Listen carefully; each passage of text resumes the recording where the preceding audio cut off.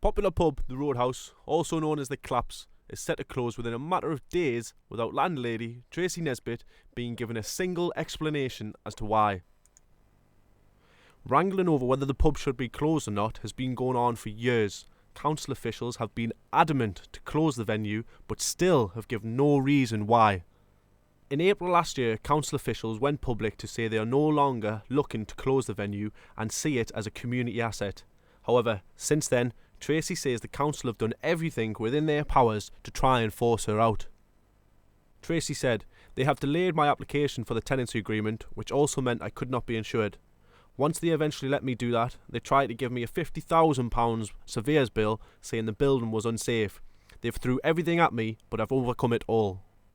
Now, without any notice to Tracy, the council met and all agreed to close the pub.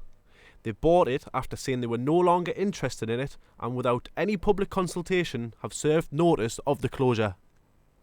Many locals are annoyed that they have not been asked about the closure and believe council officials are treating them with contempt and simply do not like them.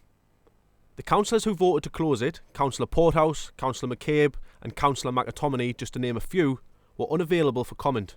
However, Deputy Leader of South Tyneside Council, Councillor Alan Kerr, said this about the closure. The Roadhouse wasn't making anything and we helped them to get a community interest thing. The council helped us and we did everything we could, but there was some guy, a millionaire, was going to come in and do all sorts of stuff, and then he came back and said he changed his mind and we decided, well, the best thing to do is let's just get it out of the way because it requires a lot of work on it.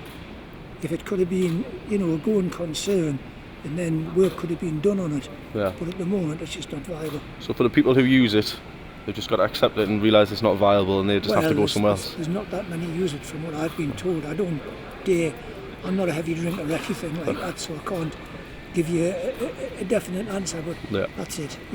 Tracy and all of the locals I spoke to dispute any claim that the pub makes no money, claiming, how could we have stayed open for 8 years if we are making no money? Publicans and the landlady are calling for a public meeting to explain why this popular pub within Hebburn is being closed.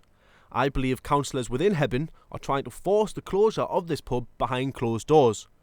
And as servants to the residents of Hebburn, the least they can do is explain to the residents why this closure is happening.